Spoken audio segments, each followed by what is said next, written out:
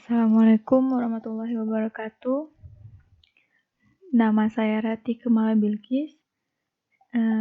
NIM saya 17041040-115. Dosen pembimbing Insinyur Azhar Abdul Arif MT dan dosen koordinator adalah Insinyur Bustari MT. Jadi di sini saya akan menjelaskan tentang proyek saya dari mata kuliah Studio Perancangan Arsitektur 5, yaitu Rental Office dan Mall.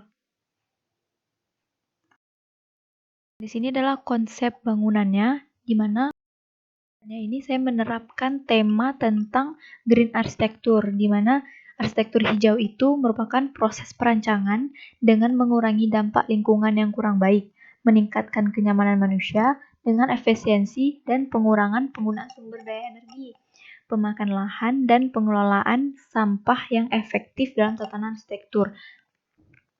Berikut merupakan kutipan dari Futura, yaitu paradigma arsitektur hijau, yaitu pun green lebih dari sekedar hijau. Nah, di sini rental office ini merupakan bangunan capital investment, di mana bangunan yang mewadahi berbagai fungsi komersial, di mana bangunan ini memang sengaja direncanakan ataupun dirancang untuk mendapatkan bangunan komersial ini merupakan bangunan yang direncanakan dan dirancang untuk mendapatkan keuntungan bagi si pemilik maupun si pengguna. Nah, capital investment ini juga merupakan dari penyertaan modal dalam badan usaha dengan cara membeli saham ataupun obligasi dari badan usaha tersebut. Di sini ada rencana tata ruang wilayah Banda Aceh. Di sini akan dijelasin tentang KDB, yaitu pengertian sebagai angka perbandingan antara luas dasar bangunan dengan luas lahan, di mana bangunan tersebut bersangkutan yang akan dibangun. Sedangkan koefisien lantai bangunan ataupun KLB merupakan angka perbandingan antara luas seluruh lantai bangunan dengan luas lahan ataupun luas coupling di mana bangunan tersebut berada. Dan selanjutnya adalah ketinggian bangunan. Ketinggian bangunan itu memiliki pengertian jumlah lantai maksimum yang diperbolehkan dalam satu kosan. Dan selanjutnya ini adalah ada RT RW dari Aceh tahun 2013 sampai 2033. Merupakan dari peraturan daerah yang saya akan rancang, site yang akan saya rancang. Di sini juga ada penjelasan tentang kawasan perdagangan dan jasa, arahan zonasinya, dan arahan kegiatannya. Nah, di sini saya akan jelasin sekilas tentang garis sempadan bangunan, yaitu GSB. GSB itu merupakan jarak antar batas luar daerah milik jalan dengan dinding luar bangunan persil. Nah, di sini juga ada tentang klarifikasi besaran GSB yang direncanakan sebagai dari daerah saya.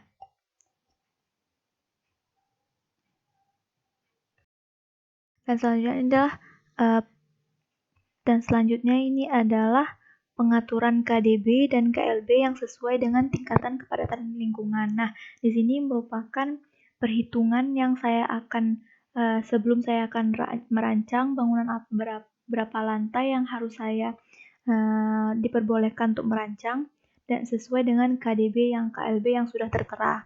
Nah, di sini dikarenakan dikarenakan bangunan tersebut itu adalah bangunan komersial ataupun rental office dan pusat perbelanjaan, maka saya akan pilih kriteria dari perdagangan dan jasa. Di sini perdagangan dan jasa itu di pusat perdagangannya itu 80% dan di luar pusat perdagangan 70%. Sedangkan untuk perkantoran dan pelayanan umum 80% dan di luar pusat perdagangannya itu adalah 70%. Dan di sini juga ada pada lingkungan dengan kepadatan sedang. Di sini ada perdagangan dan jasa. perkantoran dan pelayanan umumnya. Sudah di persyaratannya. Nah, di sini saya akan jelasin area awal saya itu sekitar 15.300. KDB-nya itu luas lahannya adalah 15.300 dikali 23%, sehingga hasilnya itu 3.519 meter kuadrat. Kenapa saya memilih 23%?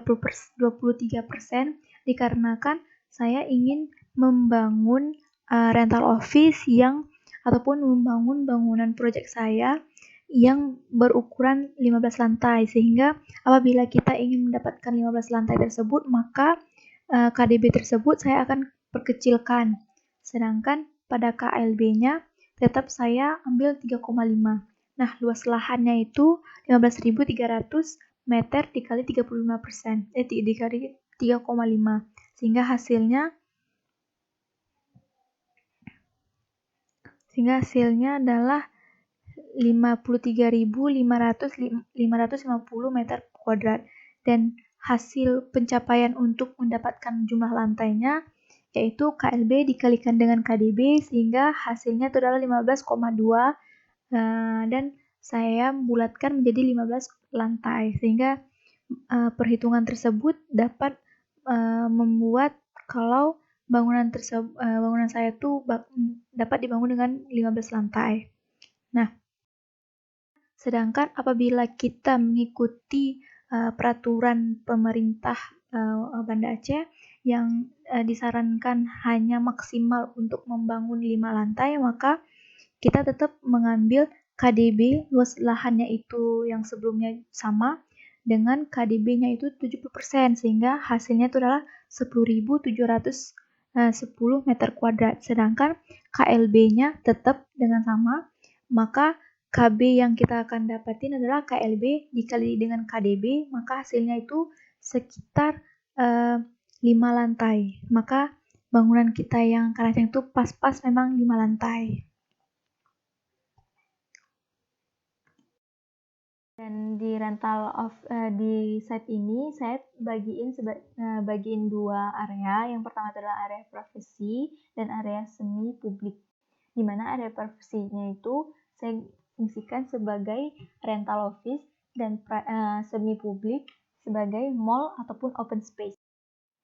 Nah, konsep selanjutnya ini adalah konsep bangunan luar, di mana konsepnya itu saya akan terapkan tentang ruang terbuka hijau, di mana regulasinya itu mengenai penghijauan dalam sebuah perencanaan arsitektur agar kualitas lingkungan itu tetap terjaga. Nah, konsep ini juga merupakan sudah diterapkan pada desain eksterior maupun interior dengan bertujuan untuk menciptakan interaksi antara ruang, dalam, dan luar secara efisien.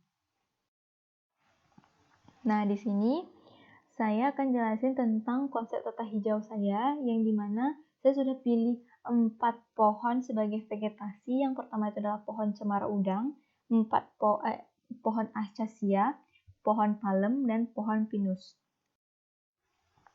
Sedangkan kalau di konsep tanaman di dalam ruangan, saya memilih kaktus San Pedro, rumput gajah mini, siperus, kaktus lilin biru, rumput gajah mini, sirih gading, lidah mertua.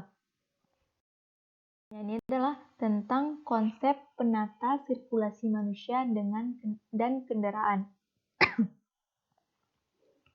Konsep sirkulasinya itu yang pertama adalah membedakan di mana jalur sirkulasi antar kendaraan dan pejalan kaki agar tidak terjadi sesuatu yang tidak kita inginkan, sehingga sirkulasinya itu tidak beraturan dan dapat menyebabkan kecelakaan dan hal yang lainnya. Dan yang kedua itu adalah konsep sirkulasi transportasi umum, di mana areanya itu emang khusus sebagai transportasi khusus, dan yang kedua itu ditunjukkan sebagai kendaraan yang khusus, dan kendaraannya itu berukuran sekitar 6 meter lebarnya. Dan yang terakhir adalah konsep trotoar sebagai konsep trotoar pejalan kaki, di mana khusus ini emang sebagai area pejalan kaki, diberikan lampu taman tekstur pada permukaan jalan rata, memberikan vegetasi yang cukup sejuk agar lebih nyaman untuk si pengguna pejalan kaki. Dan selanjutnya ini adalah penggunaan material dalam bangunan, di mana karena sebelumnya saya sudah menerapkan tema green arsitektur, maka material dalam bangunannya itu juga harus seimbang, di mana pada partisi ruangannya itu menggunakan bahan material kayu dan rotan untuk menerapkan si tema hijau alaminya itu pada si ruangan. Dan yang kedua itu adalah dinding interior, di mana menggunakan material kayu sintetis untuk penggunaan wallpaper yang bermotif kayu. Dan yang ketiga itu adalah pada plafon ruangan membentuk seperti pola ataupun pattern agar terlihat tidak terlalu kaku dan mengandung nilai estetika pada suatu ruangan. Dan yang selanjutnya itu adalah peletakan tanaman hias pada suatu ruangan, yaitu bertujuan untuk menyerap polusi dalam ruangan dan senantiasa memberikan nilai yang nyaman pada suatu ruangan tersebut. Nah, di sini juga kita bisa lihat material lantainya saja menggunakan bahan kayu ataupun keramik kayu. Dan yang selanjutnya itu adalah konsep peletakan sistem utilitas pada bangunan, di mana sistem utilitas pada bangunan yang saya rancang itu memang letaknya itu di dalam core inti bangunan. Nah, konsep ruang dalam. Konsep ruang dalam, saya menyediakan fasilitas umum untuk rental office, di mana terdiri dari ruang arsip, penyimpanan, ruang cetak dan kopi, ruang surat menyurat, area pantry, rehat, ruang simpan dan ganti, ruang merokok, baca, ngegame, tunggu, dan sirkulasi. Dan yang selanjutnya ini adalah fasilitas umum yang saya sediakan ataupun fasilitas yang emang sengaja dibuat untuk pusat perbelanjaan. Yang pertama itu adalah ruang gym, restoran, kafe, karaoke, parkiran, base camp, toilet, area bermain, ruang bioskop, area parkiran, toko pusat perbelanjaan, dan musola.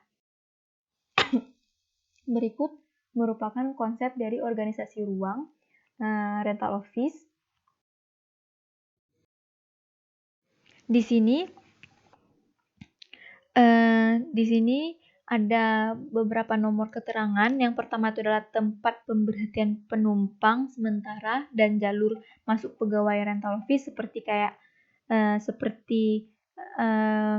teras rumah yang masuk lewat sini. Dan yang kedua ini adalah sebagai area masuk pengunjung mall, area pintu utamanya.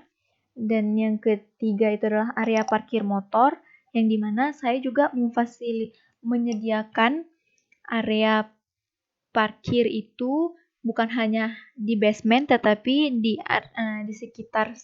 sekitar bangunan juga ada.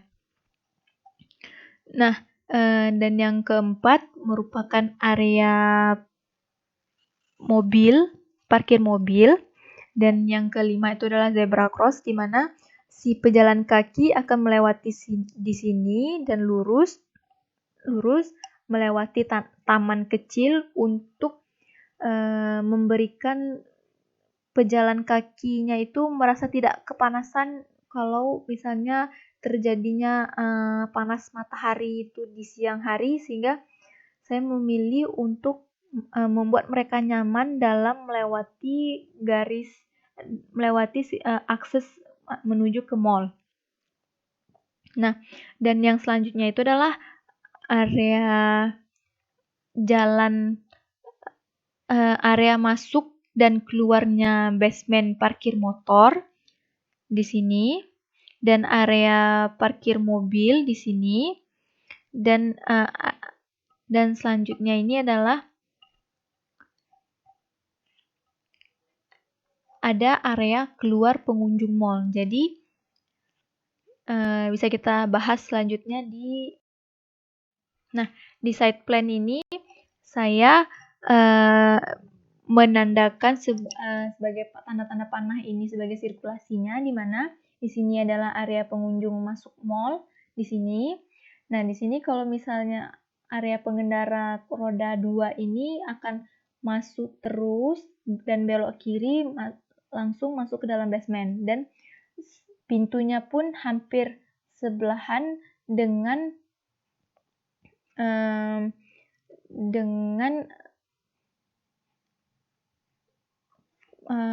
masuk sirkulasinya motor. Dan selanjutnya ini adalah kendaraan mobil ataupun kendaraan roda 4 di sini melewati di sini. Sebelum mereka melintasi zebra cross ini, mereka diharapkan untuk berhati-hati dikarenakan ini merupakan tempat jalannya pejalan kaki masuk dalam sini. Nah, sedangkan area masuk khusus pegawai office di sini bisa kita lihat mereka langsung masuk ke sini, turun ke sini, langsung melewati daerah ini, dan apabila hanya singgah untuk sementara maka diberikan U-turn untuk mereka bisa keluar dari kantor tersebut.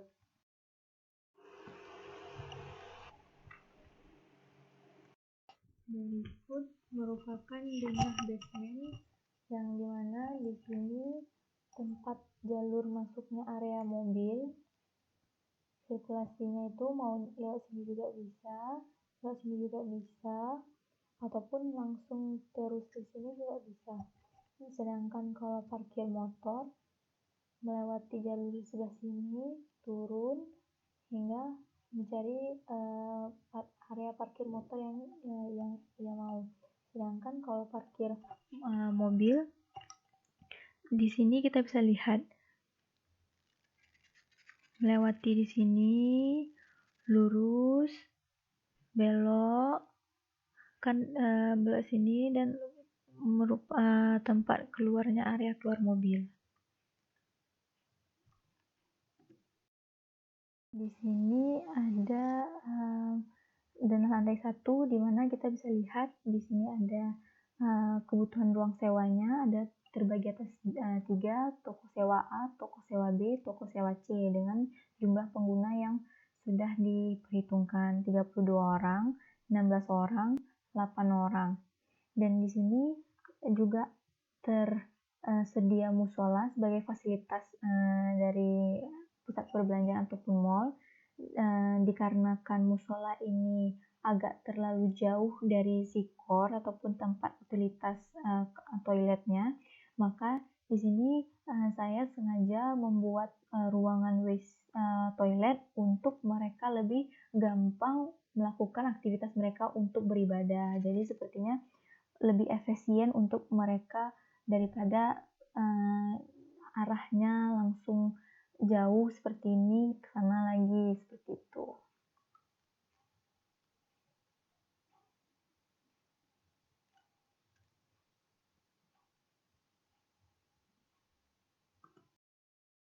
Di sini adalah denah lantai 2 skala 1:200, di mana kita bisa lihat di sini ada toko sewa A, B, sama C. Dan ada juga area supermarket. Kenapa saya lebih memilih untuk letak di lantai 2? Dikarenakan mudah untuk orang mengaksesnya. Walaupun itu saya kurang pasti juga. Denah lantai 3 yaitu ada restoran, toko sewa A, toko sewa B, toko sewa C tidak ada. Selanjutnya ini adalah denah lantai 4 dengan skala 1:200, toko sewa B, toko sewa C, dan food court dan restoran. Dan selanjutnya denah lantai 5 di mana skalanya itu adalah 1:200. Di sini terlihat ada toko sewa C, toko sewa B, restoran, dan bioskop yang terdiri dari 3 studio untuk mereka nonton bioskop, dan di sini ada 3 area pegawainya, 3 ruangan, dan sini ada loket dan tempat pembeli makanan sebelum mereka melakukan aktivitas menonton. Selanjutnya ini adalah denah lantai 6. Denah lantai 6 ini saya menerapkan tema green arsitektur yang menambahkan suasana garden rooftopnya itu pada lantai 6. Di sini terdapat area perkantoran, dan di sini juga terdapat area rooftop garden ataupun ruang terbuka hijau. Kenapa saya menyediakan ruang area garden itu? Dikarenakan untuk difungsikan sebagai ketika si pegawai kantor ini merasa jenuh akan sistem tekanan kerjanya, maka dia akan lebih nyaman ketika melihat vegetasi, melihat pohon-pohon yang berada di depannya ini difungsikan sebagai rooftop garden. Dan selanjutnya ini adalah tipe denah perkantoran. Tipe denah perkantorannya ini ada 4 macam yang saya buat. Yang pertama itu adalah denah tipe sewa A, denah tipe sewa B, denah tipe sewa C. Ini terbagi atas 2 golongan. Yang pertama itu adalah A, dan yang pertama itu adalah tipe 1, dan yang kedua itu adalah tipe 2.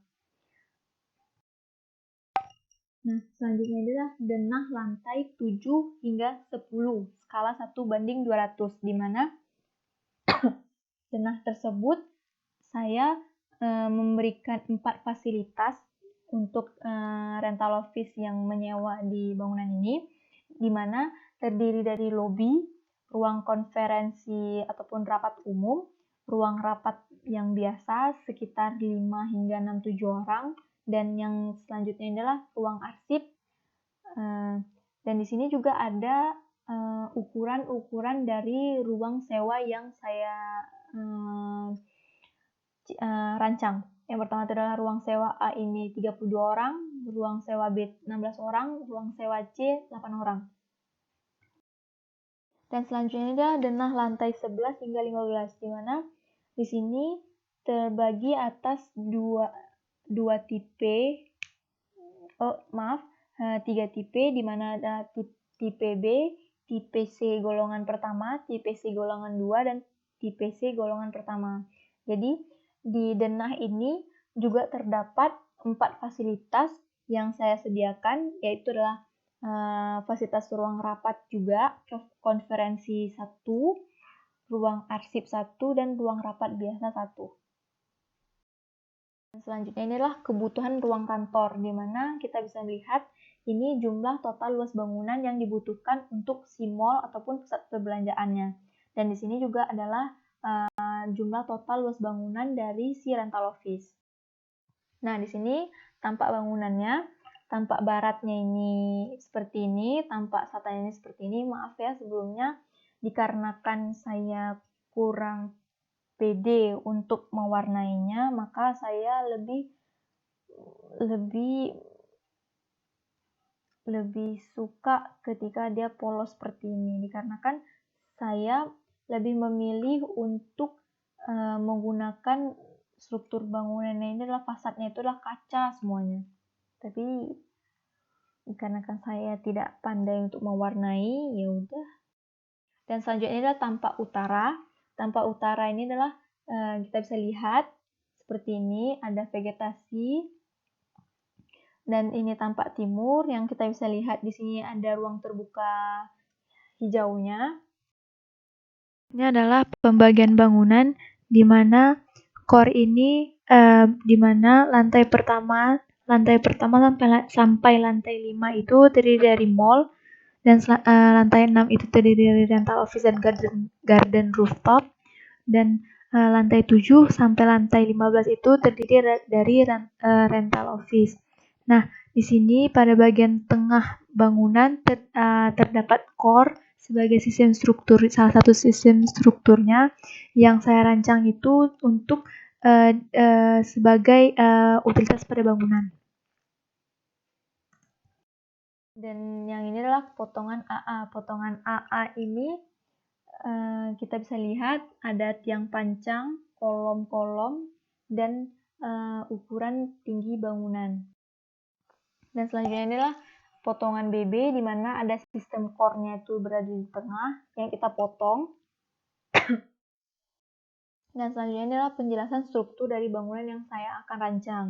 Pertama, saya menerapkan struktur bangunan yang sistemnya tuh rigid frame dan core system, di mana dia meletakkan sistem core-nya itu berada di tengah bangunan tinggi yang berlantainya itu 15 lantai, tetapi memberikan kestabilan pada bangunan tersebut, walaupun sebenarnya bangunannya itu danahnya itu tidak terlalu lebar. Nah, dan selanjutnya ini adalah pada unsur pondasi, saya menggunakan pondasi tiang pancang berfungsi sebagai meneruskan beban bangunan ke dalam permukaan tanah. Nah, di sini kita bisa lihat, di sini adalah pada atap bangunannya itu menggunakan atap dak beton, dan penjelasan strukturnya ini kita bisa lihat di sini ada core, di sini ada framingnya ini sebagai rigid frame, dan di sini ada floor-nya. Nah, di sini saya dikarenakan bangunan saya itu melengkung seperti huruf U, tetapi dikarenakan pada sisi melengkungnya itu cuma hanya terdapat 1, 2, 3, 4 kolom. Karena saya lumayan khawatir, maka saya menambahkan sistem unsur material baja agar dapat mengkakukan bangunan yang melengkung tersebut tidak terjadi mudah runtuh dikarenakan kolom yang berada pada satu titik saja. Seperti kita bisa lihat ini, ada contoh bangunan dari Peak Avenue, merupakan dari pusat perbelanjaan dari Jakarta. Selanjutnya ini adalah penjelasan struktur, di mana di sisi kiri ini terdapat kolom, dan ini merupakan perhitungan dari yang saya rancang. Dan selanjutnya ini adalah merupakan detail dari kolom yang digabung dengan si pondasinya. Di sini terdapat kolom, ada pill cap-nya dan tiang pancangnya. Dan selanjutnya ini adalah penjelasan sistem utilitas. Penjelasan sistem utilitas ini yang saya ambil adalah potongan sistem utilitas listrik. Di sini merupakan area core di mana saya menaruh semua utilitas saya yang di sini ada tangga, WC ataupun lift dan sebagainya. Sehingga di sini kita bisa lihat nomor 1 ini adalah sebagai listrik ataupun sumber listrik, dan yang kedua ini adalah kabel listrik, dan yang ketiga ini adalah ruang genset, di mana ruangan tersebut akan meneruskan ke dalam ruangan yang ditransferkan utilitas ruang basementnya itu, sehingga dialirkan kepada stop kontak dan saklar pada tiap-tiap lantai. Di sini selanjutnya ini adalah penjelasan sistem utilitas, di mana penjelasan sistem utilitas ini saya akan jelasin yang pertama itu sistem utilitas air limbah, air bersih, dan pemadam kebakaran. Nah, di pemadam kebakaran ini maksudnya seperti hidran pada tiap-tiap sudut ruangan dan ya sprinkler pada atas ruangan ataupun atap ruangan. Nah, yang pertama ini saya akan jelasin tentang sistem air bersihnya terlebih dahulu. Sistem air bersihnya itu di sini ada sumur. Nomor 1 itu ada sumur, nomor 2 itu adalah PDAM, nomor 3 itu adalah pompa, nomor keempat itu adalah meteran air, dan yang kelima itu merupakan penampungan air. Penampungan air yang dari bawah naik melalui ke atas. Nah, di sini di nomor 6 ini juga merupakan tempat penampungan air hujan, di mana bisa kita manfaatin sebagai sprinkler dan hidran yang kita akan rancang kita memanfaatkan air hujan tersebut untuk pemadaman kebakaran. Seperti kita apabila terjadi pemadaman kebakaran, maka air hujan tersebut yang akan dimanfaatkan untuk dialirkan ke ruangan-ruangan yang terjadinya kebakaran, ataupun merupakan pertanda dari terjadinya kebakaran seperti sprinkler, seperti itu. Nah, selanjutnya ini adalah sistem utilitas air limbah ataupun air kotor, di mana nomor pertama ini adalah septic tank, nomor kedua adalah sumur resapan, dan yang ketiga ini adalah riol.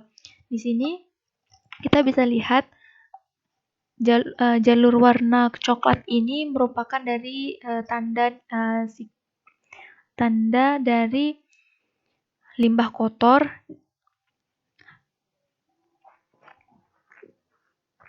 Dan di sini ada siklusnya. Yang pertama itu adalah septic tank. Pertama itu WC yang akan mengalir ke pembuangan dari toilet akan mengalir ke septic tank, dan septic tank akan diolah pengelolaan limbahnya dan masuk ke sumur resapan, dan terakhir adalah ke riol. Nah, di sini juga ada keterangan warnanya. Yang pertama itu adalah biru, merupakan dari air bersih, sistem air bersih. Dan yang kedua ini adalah merah, merupakan sistem pemadam kebakaran seperti sprinkler dan hidran.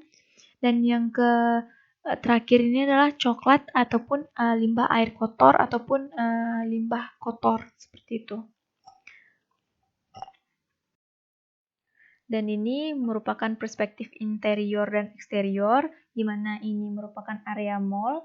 Di sini ada ruang rapat yang berisi sekitar tidak banyak ataupun 6 hingga 7 orang. Di sini adalah ruang area makan karyawan atau seperti pantry, dan ini perspektif bangunannya.